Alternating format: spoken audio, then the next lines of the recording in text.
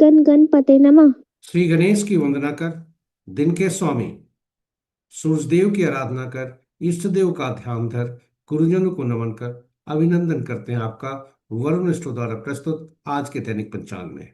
यह दैनिक पंचांग हम नित्य प्रस्तुत किया करते हैं और प्रतिदिन प्रस्तुत इसे हम करते हुए इसका डेटा दृक पंचांग से लेते हैं, छवि तथा ध्वनि गूगल से ली जाती है और यह प्रस्तुति आप तक यूट्यूब के माध्यम से, यूट्यूब के सौजन्य से हम सफलपूर्वक आपको प्रतिदिन पहुंचा पाने में समर्थ होते हैं। तो चलिए प्रस्तुति की तरफ चलते हैं। जिस प्रकार पंचांग के 5 अंग होते हैं, उसी प्रकार इस प्रस्तुति के भी 5 भाग हैं। पहला भाग पंचांग मुहूर्त और ग्रहों के गोचर से संबंध रखता है और इसी पहले भाग में से पंचांग और मुहूर्त को लेकर इस प्रस्तुति का लघु रूप आपके सुझावों के अनुरूप प्रतिदिन हम अलग से प्रस्तुत किया करते हैं। दूसरा भाग नक्षत्र के अनुसार आज कैसा दिन रहने की संभावना है। जी हाँ, सितारे कभी झूठ नहीं बोलते, तारा बलम इसका नाम है, इसमें सितारे करते काम है। आज का दिन सितारों के अनुसार सितारे क्या कह रहे हैं विभिन्न नक्षत्रों में जन्मे जातक के लिए। साथ ही साथ इसका मूल सिद्धांत नवतारा चक्र पद्धति पर आधारित है, जिसके अनुसार पूरे जीवन काल में कौन से ग्रह शुभकारी होंगे, कौन से अशुभकारी होंगे, जन्म कुंडली में बैठे ग्रह कैसा फल देंगे।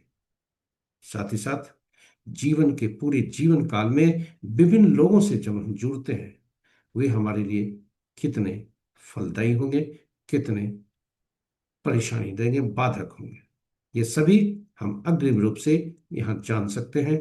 और जानकर हम अपनी योजनाबद्ध तरीके से शुभ कार्यों का निष्पादन कर सकते हैं, लोगों से अपेक्षा कर सकते हैं और कुछ लोगों से दूरी भी बना सकते हैं। तो ये रहे विस्तृत चर्चा प्रस्तुति में। तीसरा भाग चंद्र बलम इसका नाम है, जिसमें राशि करते काम है। जन्म राशि और आज में चंद्रमा की राशि दोनों मिलकर यह आज का दिन कैसा होगा, यही प्रस्तुति बताती है। चौथा भाग चौघड़िया, एक प्रकार का मुहूर्त ज्योतिष, और यह मुहूर्त काफी कारगर शुभ और अशुभ काल दर्शाता है किसी भी कार्य को करने के लिए। इसकी उपयोगिता इतनी है कि इसके लिए हमने YouTube पर हिंदी और अंग्रेजी में अलग अलग वीडियो भी रखा है। विस्तृत चर्चा प्रस्तुति में। पांचवा भाग, जब हम जन्म लेते हैं तो इस वायुमंडल से, जन्म लेते ही वायुमंडल से हम सांस लेना आरंभ करते हैं और ठीक उसी समय ईश्वर हमें उपहार के रूप में जो अंक देते हैं, वे अंक कार्य करना आरंभ करते हैं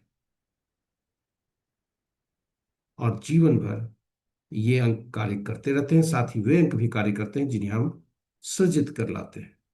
कुछ अंक हमारे लिए सकारात्मक होते हैं, कुछ नकारात्मक। कुछ ईश्वर द्वारा प्रदत्त अंकों में भी नकारात्मक हो सकते हैं और कुछ हम जो सृजित करते हैं।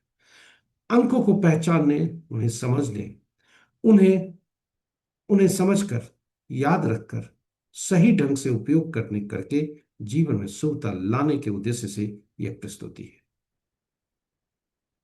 जी हाँ, अंक निरंतर कार्य करते हैं, हम अबोध हैं जो इसे समझ नहीं पाते। आइए अंकों को समझें, परखें, उसे ठीक ढंग से उपयोग करके जीवन में शुभता लाएं। साथ ही साथ अंक बोलते भी हैं। किसी भी माह के विभिन्न तिथियों को जन्मे जातक के लिए आज के अंक क्या बोल रहे हैं।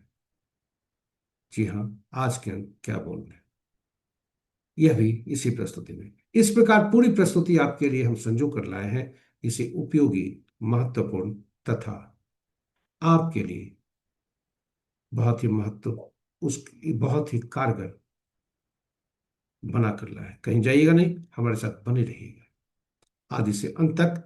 हाँ, यदि इस प्रस्तुति को देखने के क्रम में कोई आपके सुझाव मन में आए हो, उसे नोट करें और प्रस्तुति के अंत में YouTube के कमेंट बॉक्स में जरूर कमेंट करें। पहली बार यदि इस प्रस्तुति को देख रहे हैं तो हमारे चैनल को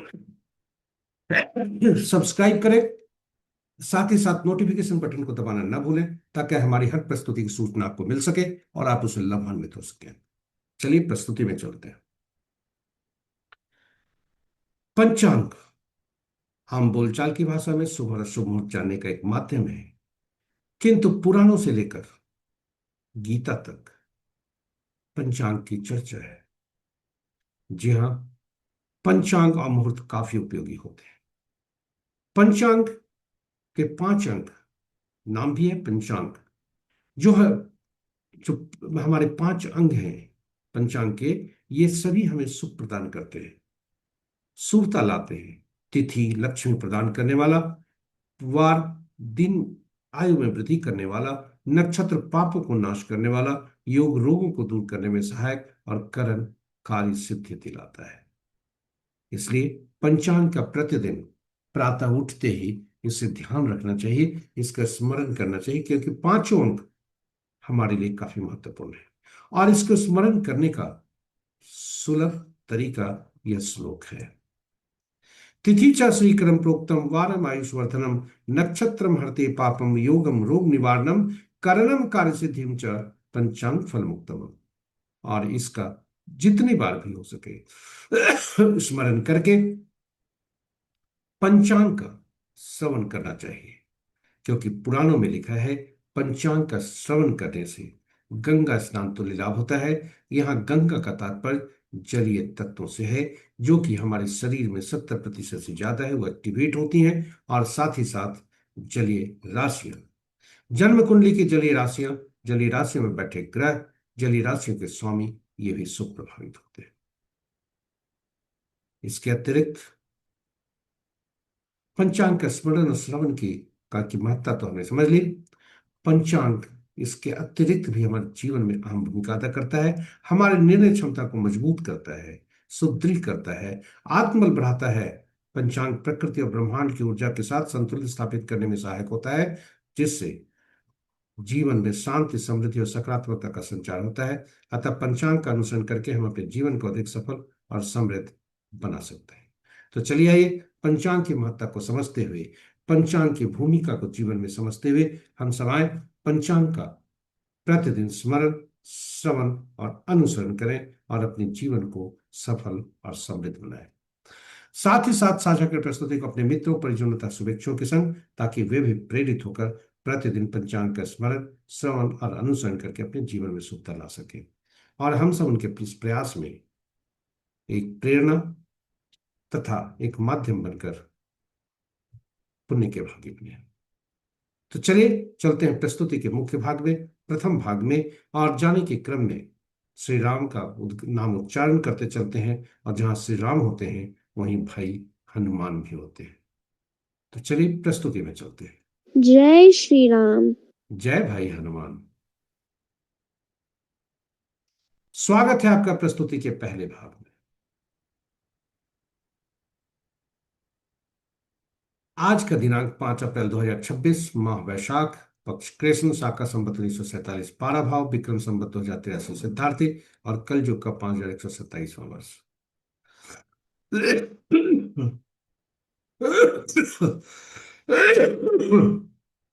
आज का सूर्योदय 5:37 पर, सूर्यास्त 6:08 पर। Sunrise at 5:37 AM and sunset at 6:08 PM। आज का दिशा सोन पश्चिम है, फिर भी इस दिशा में यात्रा करने को बाध्यता हुई तो घी या दलिया का सेवन करके यात्रा में सुख लें।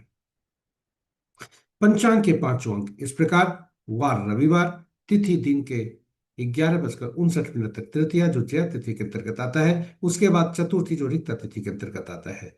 नक्षत्र मध्य रात्रि 0:08 तक विशाखा, तत्पश्चात अनुराधा, और दिन का आरंभ विशाखा के दूसरे पद से होता है, जो कि दिन के 10:49 तक रहता है। तीसरा पद संध्या 5:28 तक, चौथा पद मध्य रात्रि 0:08 तक, और तत्पश्चात आरंभ होता है अनुराधा नक्षत्र का पहला भाग, जो कि प्रातः सूर्योदय के बाद 6:49 तक रहता है।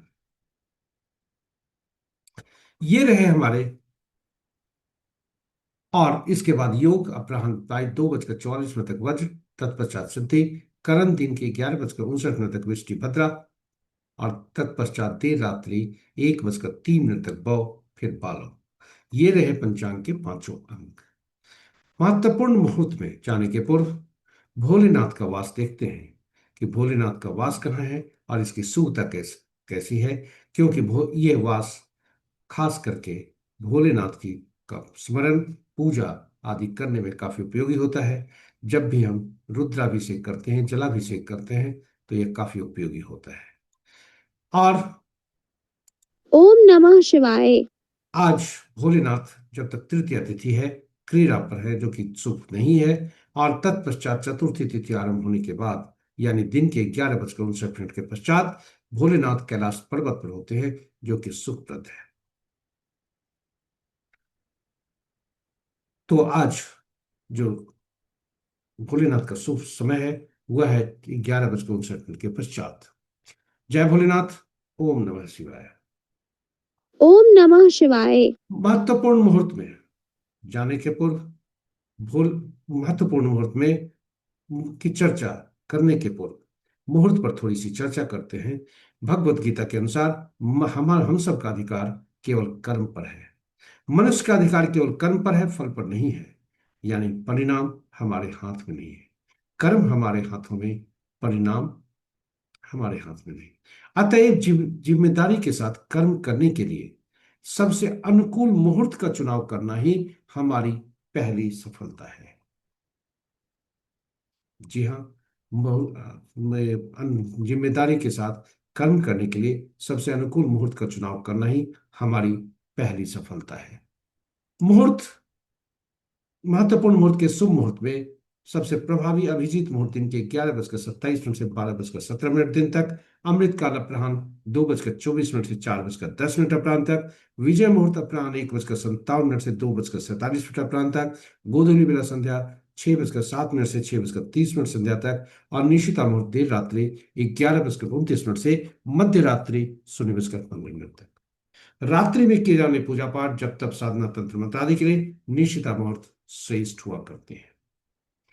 अशुभ मुहूर्त में सबसे प्रभावी राहु काल अपराह्न 4:34 से 6:08 संध्या तक, गुलिक काल अपराह्न 3 से 4:34 अपराह्न तक, यमगन दिन के 11:52 से 1:26 अपराह्न तक, वर्ज मुहूर्त कल भोर में 4:36 से 6:27 प्रातः तक, भद्रा प्रातः 5:37 से 11:59 दिन तक।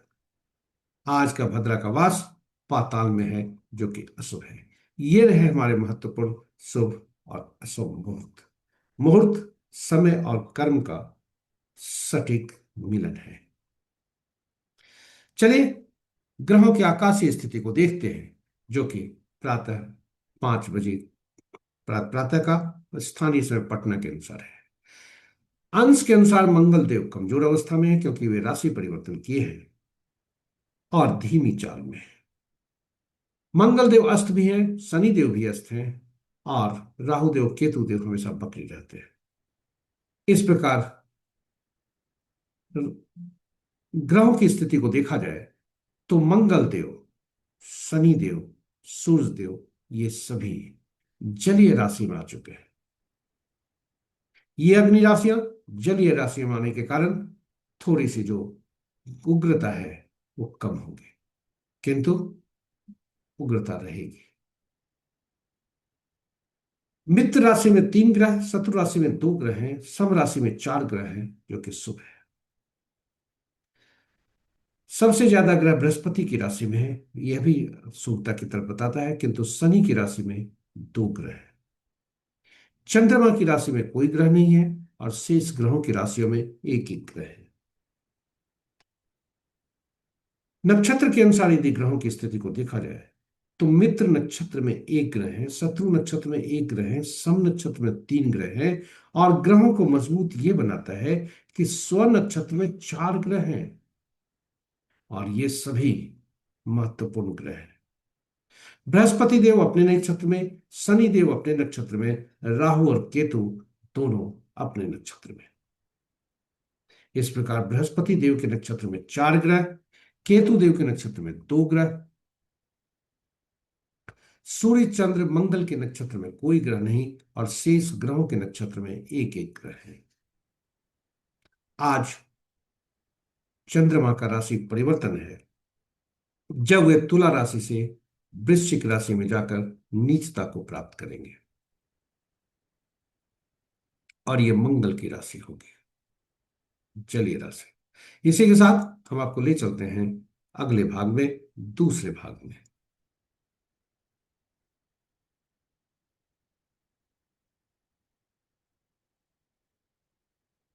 दूसरे भाग में आपका स्वागत है। सितारे बोलते हैं और सितारे झूठ नहीं बोलते। ताराबलम इसका नाम है। सितारे इसमें करते काम है। और ताराबलम के समक्ष जो नक्षत्रों के नाम है वह चंद्रमा के गोचर से संबंध रखता है। और ताराबलम के नीचे जो नक्षत्रों के नाम है वह हमारा आपका जन्म नक्षत्र हुआ करता है। ये दोनों जहां मिलते हैं हॉरिजॉन्टली वर्टिकली, यही आज का प्रतिफल होता है। जहां दोनों मिलते हैं यही हमारा आज का प्रतिफल होता है। कुल 9 तरह के परिणाम मिल सकते हैं। 9 ग्रह, 9 तरह के परिणाम। जन्म तारा, संपत तारा, विपत तारा, क्षेम तारा, प्रत्यरी, साधक, नैधनी, मित्र, अति मित्र तारा। जब भी जन्म, विपत, प्रत्यरी और नैधनी तारा हो तो नाम ही जैसा है, अशुभता की तरफ इशारा करता है। दैनिक कार्य में सावधानी, नए कार्यों का आरंभ करने से मनाही है। वहीं यदि वहीं यदि आज का तारा संपत, क्षेम, साधक, मित्र या मित्र हो तो शुभता की तरफ इशारा करता है। और वैसी स्थिति में तारा कहते हैं कि दैनिक कार्यों में सावधानी करते हुए, दैनिक कार्यों में करते हुए और नए कार्यों का आरंभ करने की अनुमति है। नए कार्य इसमें किए जा सकते हैं। ये ताराबल मुख्यतः 9 तारा चक्र पद्धति पर आधारित है। और 9 तारा चक्र पद्धति के अनुसार ग्रहों के मन नक्षत्र होते हैं। नक्षत्र ही ग्रह के फल देते हैं। प्रश्न उठता है, कुल 27 नक्षत्र, 9 ग्रह, कौन से नक्षत्र किन ग्रहों के फल देंगे? कौन से विभिन्न ग्रह किन किन नक्षत्रों के फल पाएंगे? इसके लिए 27 नक्षत्रों को सूचीबद्ध की जाती है। 9 नक्षत्र की सूची बनाकर 3 श्रेणियों में से रखा जाता है। और ये 3 श्रेणियां इस प्रकार है। 9 नक्षत्रों की सूची बनाकर 3 श्रेणी रखी जाती है और तीनों श्रेणी आपके समक्ष प्रस्तुत। ग्रहों को महादशा के क्रम में रखा जाता है। पहला ग्रह केतु देव, दूसरा शुक्र, तीसरा सूर्य, चौथा चंद्रमा, पांचवा मंगल, छठा राहु, सातवां बृहस्पति, आठवां शनि, नौवां बुध। और पहला ग्रह को हर श्रेणी में से पहला नक्षत्र यानी पहला, 10वां, 19वां नक्षत्र का स्वामित्व मिलता है। दूसरा ग्रह शुक्रदेव, इन्हें मिलता है दूसरा, 11वां और 20वां नक्षत्र का स्वामित्व। और इस प्रकार घड़ी की सुई की दिशा में आगे बढ़ते हुए बुध को मिलता है 9वां, 18वां और 27वां नक्षत्र का स्वामित्व। और यह सूची इस प्रकार बनती है। अब फल कैसे निकालते हैं? इसके लिए अपने जन्म नक्षत्र को इस नक्षत्रों की सूची से हम में चिन्हित करते हैं और चिन्हित करके ऊपर जाते हैं। उसका सबसे पहला ग्रह पहचानते हैं। यह हमारा जन्म ग्रह होता है, पहला ग्रह होता है। और इसी ग्रह की महादशा में हमारा जन्म हुआ होता है। जी हाँ, हमारा जन्म हुआ होता है। और इसी ग्रह की महादशा में हमारा जन्म होते हुए हम आगे बढ़ते हैं। बुध और जीवन की यात्रा यहीं से आरंभ होती है। पहला ग्रह बनता है और घड़ी की सुई की दिशा में आगे बढ़ते हुए बुध तक जाते हैं। और फिर केतु से यात्रा आरंभ करके जो हमारा जन्म ग्रह बनता है ठीक उसके पिछले ग्रह तक रुकते हैं। इस प्रकार 9 ग्रहों की गिनती हो जाती है और इसी में हमारे जीवन की पूरी यात्रा करनी होती है। जो जन्म ग्रह होता है वह जन्म ग्रह हमारे लिए काफी उपयोगी होता है, क्योंकि जीवन की यात्रा यहीं से आरंभ होती है। और जन्म ग्रह के जो होता है वह उसी दशा महादशा में हमारी जन्म होती है। और आपको आश्चर्य होगा, इसी दशा महादशा में हमारी पिछले जन्म में मृत्यु भी हुई होती है। आप कहेंगे कैसे? इसके लिए अपने जन्म कुंडली को देखें। जन्म कुंडली के विंशोत्तरी दशा को देखें। विंशोत्तरी दशा बताता है कि आपको कितने वर्ष, कितनी अवधि इस जन्म में भोगनी है। उदाहरण स्वरूप एक जन्म कुंडली लेते हैं। इस जातक का जन्म वृषभ राशि में हुआ है। चंद्रमा उस वृषभ राशि में थे और वृषभ राशि में मृगशिरा नक्षत्र में मृगशिरा नक्षत्र के स्वामी मंगल बने। और मंगल जो ग्रह बने उनकी अवधि, दशावधि 7 साल होती है। 7 साल में जातक 3 वर्ष 10 महीना 5 दिन इस जन्म में भोगने जातक को, यानी 3 वर्ष 2 महीना 5 दिन वह पिछले जन्म में भोग कर आए। इसी से स्पष्ट होता है। और चूंकि जन्म ग्रह का संबंध पिछले जन्म के मृत्यु से होता है और इस जन्म के जन्म से होता है, इसलिए इस ग्रह को पीड़ा की श्रेणी में रखा जाता है। यानी पहला ग्रह पीड़ादायक। यहां से जब हम ग्रह गणना आरंभ करते हैं तो पहला ग्रह तो पीड़ादायक हो गया। उसके बाद घड़ी की सुई की दिशा में आगे बढ़ते हैं। दूसरा, चौथा, छठा, आठवां, नौवां ग्रह ये शुभ फलदायी होते हैं। पहला, तीसरा, पांचवा, सातवां, नौवां ये अशुभ फलदायी होते हैं। इस प्रकार अग्रिम रूप से हम ये जान गए कि कौन से ग्रह हमारे लिए शुभकारी होंगे, कौन से ग्रह हमारे लिए बाधक होंगे, पीड़ादायक होंगे। ये सभी हम अग्रिम रूप से जान जाते हैं। और इसका दशा महादशा का अंतरदशा का फल हम जान सकते हैं। और जब ये सभी जान गए तो क्या योजनाबद्ध तरीके से हम अपने शुभ कार्यों का निष्पादन नहीं कर सकते? कर सकते हैं। वहीं जहां बाधा होगी, जहां समस्या आने वाली है, इसका भी अग्रिम रूप से हमें सूचना जब मिल जाती है तो हम उसे मानसिक रूप से चुनौती को सामना करने के लिए तैयार हो जाते हैं, जो हमें कम पीड़ा देता है। इस प्रकार इसकी उपयोगिता काफी बढ़ जाती है। इसके साथ ही जन्म कुंडली में बैठे ग्रह कहाँ, कौन से ग्रह कितना शुभ प्रभाव करें देंगे, कौन से अशुभ प्रभाव देंगे। शुभ प्रभाव अशुभ प्रभाव को दोनों को जानकर हम वैसे कर्म कर सकते हैं। जी हाँ, कर्म करके हम उसमें शुभता ला सकते हैं और उसमें गुणात्मक वृद्धि भी कर सकते हैं। उदाहरण स्वरूप दूसरा ग्रह संपत का होता है। संपत ग्रह जहां बैठे हैं जन्म कुंडली में, उस ग्रह, उस राशि और उस भाव से संबंधित कार्य करने से संपत्ति का लाभ होता है। जी हाँ, उसी तरह से आठवां नौवां ग्रह जहां बैठे हैं उनके भाव आदि से देखें, यह मित्र और अति मित्र होंगे। इसी तरह से शुभ ग्रहों के नक्षत्र में जन्मे जातक हमारे लिए शुभता लाएंगे, अशुभ ग्रह के नक्षत्रों में जन्मे जातक हमारे लिए अशुभता ही लाएंगे। चाहे वो व्यक्ति घर का हो, परिवार का हो, रिश्तेदार का हो, समाज का हो या संसार का हो, कार्यस्थल का हो या व्यवसाय स्थल का हो, ये परिणाम आएंगे। एक उदाहरण स्वरूप देते हैं, यदि हम बिजनेस पार्टनरशिप करते हैं तो दो, जो हमारा संपत दूसरा ग्रह संपत होता है, उस ग्रह के नक्षत्र में जन्मे जातक से बिजनेस पार्टनरशिप होती है तो हम लाभकारी होता है। लाभकारी आठवां नौवां ग्रह भी दे सकते हैं।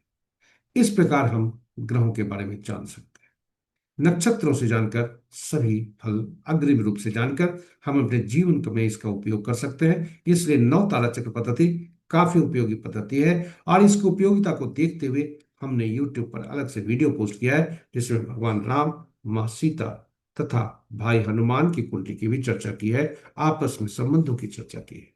आप उसे देखें, ज्ञान प्राप्त करें तथा इसका उपयोग करें अपने जीवन में, शुभता लाए। इसके साथ ही हम वापस चलते हैं ताराबलम पर। जी हाँ, ताराबलम के अनुसार आज का नक्षत्र जहां गोचर कर रहा है और उसके अनुसार कैसा फल होने की संभावना है। तो चंद्रमा रात्रि मध्य रात्रि के 0:08 तक विशाखा नक्षत्र में है। उसके बाद ये अनुराधा नक्षत्र में जाएंगे। विशाखा नक्षत्र बृहस्पति का नक्षत्र, अनुराधा नक्षत्र शनि का नक्षत्र। और आज जो दिन अशुभता लेकर के आया है वह केतु में जन्मे, यानी अश्विनी माघा मूला के नक्षत्र में जन्मे जातक और भरनी पूर्वा फाल्गुनी पूर्वाषाढ़ा नक्षत्र में जन्मे जातक के लिए ज्यादा अशुभता के संकेत लेकर के आया है। इसलिए सावधानी जरूरी है इन नक्षत्रों में जन्मे जातक के लिए। जी हाँ, और यदि देखा जाए शुभता की तरफ अगर देखा जाए तो अश्लेषा ज्येष्ठ और रेवती नक्षत्र में जन्मे जातक के लिए आज का दिन काफी शुभ है। इस प्रकार हम शुभता देखकर हम फल प्राप्त कर सकते हैं।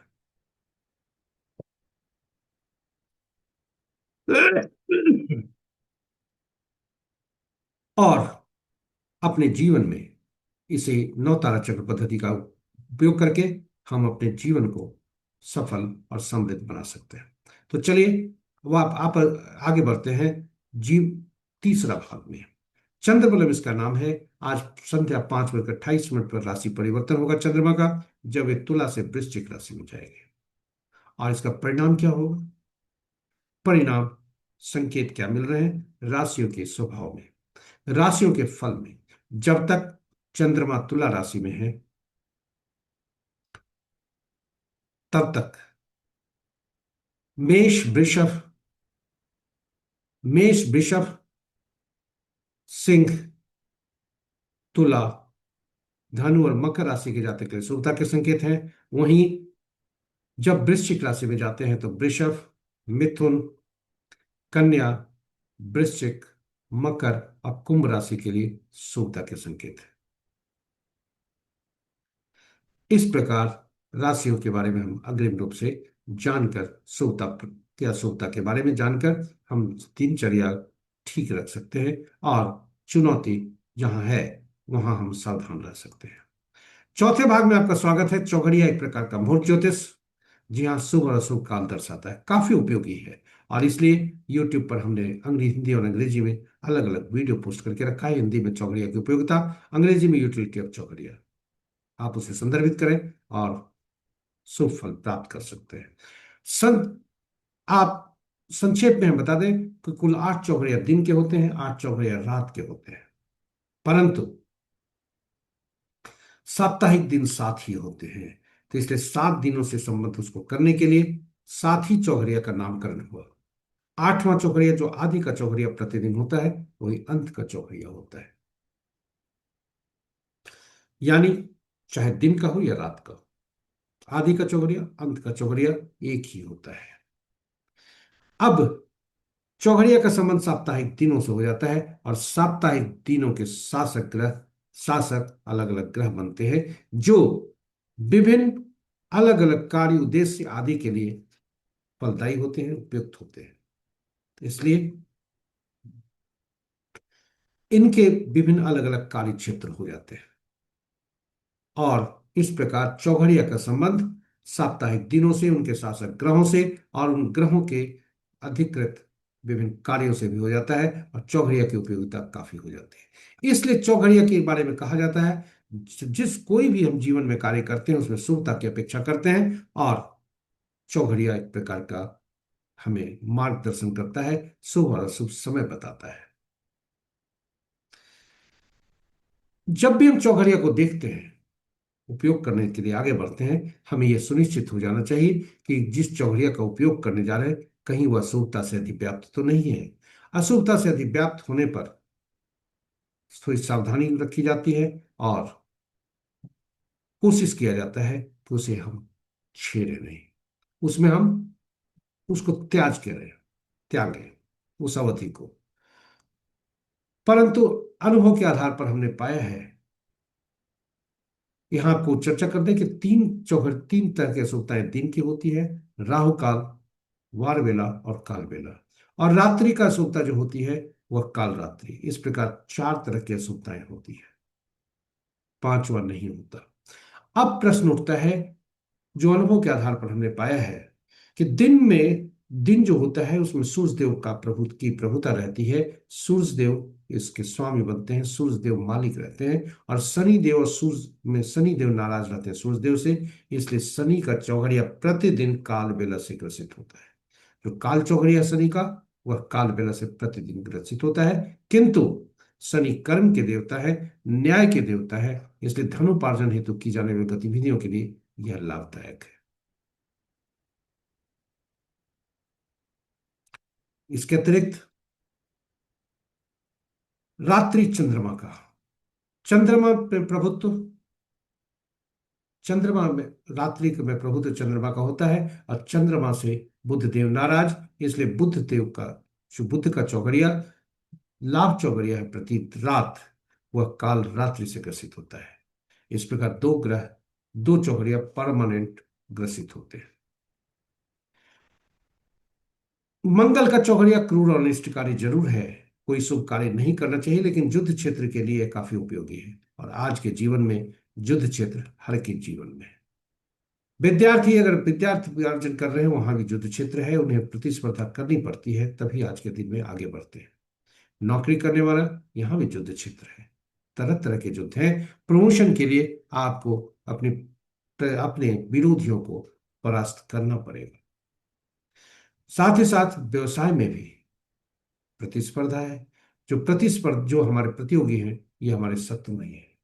हमारा शरीर, रोग, यह हमारा शत्रु है। कोर्ट केस कचहरी आदि शत्रुता का ही है। ये सभी में मंगल शुभ कार्य। इसलिए आज चलते हैं, अब आज का चौघड़िया देखते हैं, आज का चौघड़िया क्या कहता है। आज का दिन सूर्य देव का उद्वेग चौघड़िया से दिन आरंभ है, उद्वेग चौघड़िया से दिन समाप्त है। आरंभ का चौघड़िया तो शुभ है, किंतु अंत का चौघड़िया जो उद्वेग चौघड़िया है वह राहु काल से ग्रसित है। अमृत चौघड़िया जो 10:18 से 11:52 तक चंद्रमा का चौघड़िया है वह वारवेला से ग्रसित है। और काल चौघड़िया 11:52 से 1:26 तक है। शनि का चौघड़िया वह काल बेला से ग्रसित है। रात्रि में बुध के चौघड़िया लाभ चौघड़िया एक रात्रि के 1:18 से 2:44 तक है, वह काल रात्रि से ग्रसित है। इसके साथ ही हम आपको ले चलते हैं पांचवें और अंतिम भाग में। जन्म लेते हैं, सांस लेना शुरू करते हैं, और जन्म तिथि ईश्वर की मिलती है, वह भी कार्य करना शुरू करता है। हम जाने या न जाने सांस लेते रहते हैं, गिनती नहीं करते, लेकिन आयु जो होती है सांसों की गिनती पर ही होती है। यहां भी अंक कार्य करता है। जी हाँ, अंक काफी महत्वपूर्ण होते हैं हमारे जीवन में, ये निरंतर कार्य करते रहते हैं। और ये अंक होते हैं मात्र 1 से 9 तक। इन्हें समझना, इन्हें याद रखना, इन्हें सही ढंग से उपयोग करना बहुत ही आसान। 1 से 9 तक के अंक शून्य को गणना में नहीं, और दो या दो से ज्यादा अंक जब भी आए तो उनमें प्रयुक्त हुए सभी अंकों को जोड़कर एक अलग में परिवर्तित, यही तो अंक ज्योतिष का फॉर्मूला है, सूत्र है। 1 से 9 तक के अंक, पांचवा अंक बीच का अंक, मध्यस्थता का अंक, संतुलित करने का अंक, अपने से पूर्व के अंक आने वाले अंकों को, बाद में आने वाले अंकों को यह संतुलित करके रखता है। जी हाँ, यह संतुलन का कार्य। और जिस व्यक्ति का 5 तारीख को जन्म हो वह अपने आप को भाग्यशाली समझे। ईश्वर उन्हें उपहार में देते हैं, क्योंकि यह पांचवा अंक संतुलित करता है, खुद को संतुलन करके रखता है। और ये 9 अंक जो होते हैं इनके शासक ग्रह अलग अलग होते हैं। 1 के सूर्य, 2 के चंद्रमा, 3 के बृहस्पति, 4 के राहु, 5 के बुध, 6 के शुक्र, 7 के केतु, 8 के शनि, 9 के मंगल।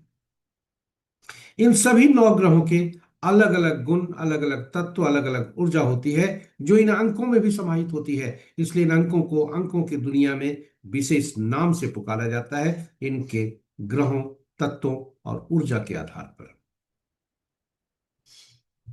इनके गुणों, तत्वों और ऊर्जा के आधार पर। एक को राजा, सरकार, पिता या नौकरी पेशा करने वाले व्यक्तियों के लिए बॉस से है। 2 को रानी, पार्टनर या माता से है। 3 को गुरु या सलाहकार से। 4 को शरारती तत्वों से। 5 को राजकुमार से। 6 को मंत्री या सुख सुविधा प्रदान करने वाले व्यक्तियों से, पुरुषों के लिए पत्नी से है। 7 को धर्मगुरु से, धर्मगुरु से भविष्य में घटने वाली घटनाओं को जिस दिन है पूर्वाभास हो वैसे लोगों से।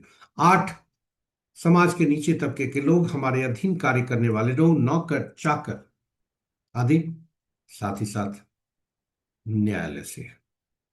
9 सेनापति, पुलिस और डॉक्टर से। अब इन अंकों को आपस में तालमेल करके आप थोड़ा सा आकलन तो कर ही सकते हैं कौन से अंक किसके दुश्मन होंगे। उदाहरण स्वरूप राजा और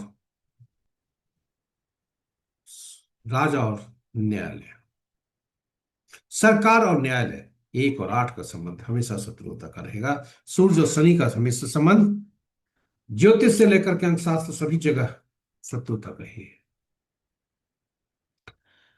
ये अंक जब हम जन्म लेते हैं तो ईश्वर हमें प्रदत्त करते हैं, जैसा हमने आरंभ में कहा, कुछ अंक उपहार के रूप में, जन्म तिथि के स्वरूप में।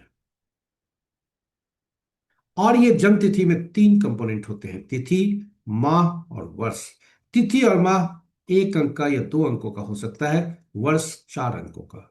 और अंक ज्योतिष का मूल सिद्धांत कि इन समय सभी प्रयुक्त जो अंक 2 अंकों का होता है, सभी अंकों को, प्रयुक्त अंकों को जोड़कर एक अलग में परिवर्तित कर लेते हैं। तिथि हमारा हम खुद होते हैं, वो यह मूलांक कहलाता है, और जिसे बोलचाल की भाषा में ड्राइवर कहते हैं। तिथि माह और वर्ष को जोड़ते हैं तो वह हमारा भाग्यांक कहलाता है, और उसे बोलचाल की भाषा में कंडक्टर कहते हैं। और पूरा अंक ज्योतिष इसी ड्राइवर कंडक्टर के इर्द गिर्द घूमता है। जी हाँ, ड्राइवर और कंडक्टर जिस तरह से जीवन का बस चलाने के लिए, कल्पना कीजिए हम अपने जीवन का बस जो है, जीवन में, दैनिक जीवन में जो बसें चलती हैं, उसका ड्राइवर और कंडक्टर आपस में शत्रुवत हो जाए तो क्या बस चल पाएगा? नहीं। ठीक उसी प्रकार हमारे जीवन में ये मूलांक और भाग्यांक, ड्राइवर और कंडक्टर शत्रुवत हो जाए तो क्या हमारे जीवन में कि नैया ठीक से चल पाएगी? स्ट्रगल रहेगा। और इन दोनों अगर शत्रुवत हो गए, इन दोनों को कौन जोड़ेगा? वह अंक जोड़ेगा जो दोनों का मित्र होगा। दूसरी परिस्थिति बन सकती है कि भविष्य में ड्राइवर, जगह से तो बस खुली, भविष्य में ड्राइवर और कंडक्टर शत्रुवत हो गए, या ड्राइवर और कंडक्टर शत्रुवत नहीं हुए, पैसेंजर बोर्ड कर गए। ऐसे अंक जो कि ऐसा पैसेंजर बोर्ड किया जो ड्राइवर या कंडक्टर किसी का शत्रुवत है, वहां से जीवन में बाधा शुरू होगी। हमारे दैनिक जीवन में भी यही होता है, हम कुछ अंक ले आते हैं सृजित करके, और जो कि हमारे लिए समस्या का कारक बनता है। तो आइए अंकों को पहचाने। और इसको पहचानने के लिए दो तरह की बातें हो सकती है। हमारे जीवन में कुछ अंक ऐसे हो सकते हैं जो कि मिसिंग हो, अनुपलब्ध हो, और चूंकि हर अंक के अलग अलग गुण, तत्व, ऊर्जा होती है, तो जो अंक हमारे में जन्म तिथि में नहीं है, उस अंक से संबंधित तत्व, गुण और ऊर्जा की कमी हमें पाई जाएगी ही। दूसरा, कुछ अंक ऐसे होंगे जो 3 से ज्यादा बार प्रयुक्त हुए होंगे, और 3 या 3 से ज्यादा बार प्रयुक्त होने पर उस गुण, उसमें अंकों की नकारात्मकता शुरू होती है, यानी उनके तत्व, गुण और ऊर्जा हमें नकारात्मक प्रभाव करते हैं।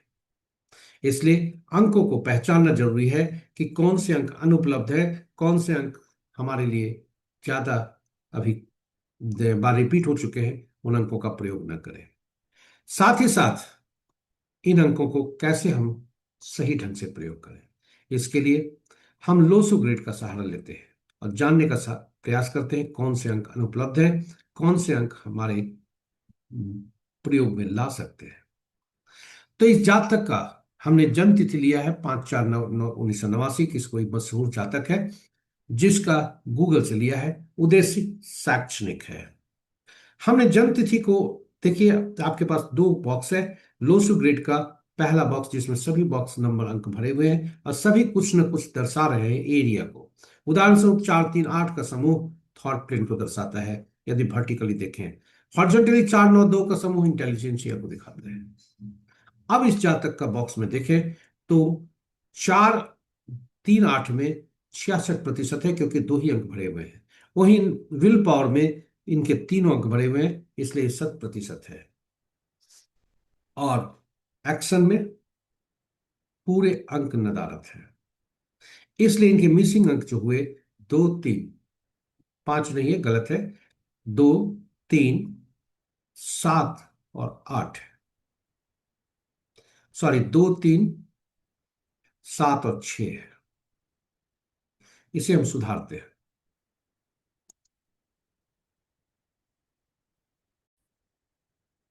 इनके अंक 2, 3, 6, 7 मिसिंग है, और इन अंकों का सही उपयोग करना इनके लिए नितांत आवश्यक है।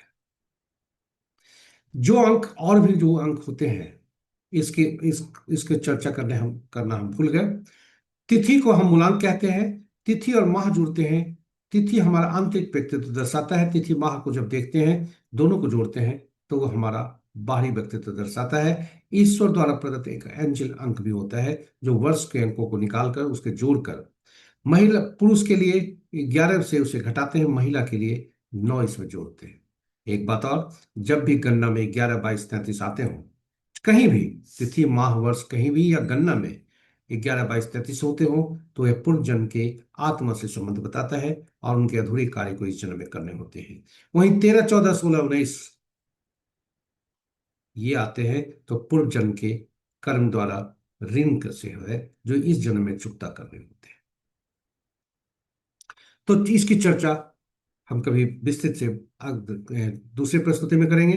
अब आज का अंक जो हमें लाना है, 5 और 9 यदि शत्रुवत है तो इनके लिए मूलांक और भाग्यांक शत्रुवत है, तो हम अंक लाएंगे और वह स्रोत होगा। जो अंक लाएंगे वह कौन सा अंक होगा? 2 3 6 7 या 8 1 5, जो कि एक बार प्रयुक्त हुए हैं। तो अंक लाने के लिए हम स्रोत कौन सा होगा? और वह स्रोत होता है, चूंकि जन्म तिथि जो होती है ये ईश्वर द्वारा प्रदत्त अंक होता है। और धरती के ईश्वर माता पिता हमें जो अंक देते हैं वह देते हैं नामांक। नाम का रूप देते हैं जो कि जीवन भर चलता है, और इसलिए ऐसे अंक का प्रयोग यहां करना चाहिए, नाम का। इसलिए जातक को अक्सर जब भी अंक ज्योतिषी कोई देखते हैं तो पहले नाम पर वही देखते हैं, क्योंकि नाम काफी ऊर्जा देता है और पूरे जीवन भर रहता है। इसलिए नाम को सही होना अत्यंत आवश्यक। अब इस जातक का नाम आप कहेंगे कि नाम में तो अक्षर होते हैं, अंक कैसे होंगे? हर अक्षर का अंकीय मूल्य होता है, और इन अंकों अक्षरों का अंकीय मूल्य जो होता है, इनके नाम में प्रयुक्त हुए अक्षरों को उनके अंकीय मूल्य से परिवर्तित करके नामांक हम निकालते हैं। और नाम का पहला, याद रखें, नाम का पहला अक्षर भी काफी ऊर्जावान होता है। आप कल्पना करिए, जब भी आपको नाम पुकारा जाता है, आपके नाम का पहला अक्षर जैसे उच्चारण किया जाता है, आपका की चेतना जागती है और काफी रिस्पॉन्स करती है। इसलिए नाम का पहला शब्द और नाम का पहला अक्षर काफी उपयोगी है। तो ये नाम से हमने देखा नाम कैसे कार्य करते हैं। नाम के वॉवेल भी उतना ही कार्य करते हैं। नाम का वॉवेल यदि ज्यादा है, कॉन्सोनेंट कम अंक दे रहा है, तो अति उत्तम। इनके नाम का पहला अक्षर यदि कहा जाए तो नाम का पहला अक्षर जो होता है वह काफी उपयोगी होता है। नाम का इनका पी से स्टार्ट हो रहा है, जो कि 8 दे रहा है। वहीं नामांक इनका 7 देता है, और इनका मूलांक 5 और 9 है। तो चलिए देखते हैं शत्रु अंक कौन कौन है। पहले तो पूनम बाजवा को, जिनका जन्म तिथि आज है, उन्हें जन्म तिथि की बधाई है। और जो शत्रु अंक है वह ये है: 1 के 8, 2 के 4, 6 8 9, 3 के 6, 4 के 8 9, 4 2, 5 के कोई नहीं, 6 के 3 9, 7 के 7 9 3, 8 के 1 2 9 4 8, 3 के 6 4 2 8 9। तो मूलांक इनका 9। 9 के जो शत्रु हैं 6 4 2 8 9, भाग्यांक 9। इनके मूलांक 5। 5 के कोई शत्रु नहीं है। वहीं 9 के शत्रु 6 4 2 8 9 है, यानी इन अंकों का प्रयोग हम नहीं कर सकते। इसलिए नाम के जो पहला अक्षर है वह भाग्यांक का शत्रु निकलता है। साथ ही साथ 7 के शत्रु 7 9 3 भी है, इसलिए नामांक का शत्रु तो भाग्यांक बन जाता है, किंतु 9 का शत्रु वह नहीं है। वहीं कुछ अंक ऐसे हैं जो ये अपने के ही शत्रु हैं।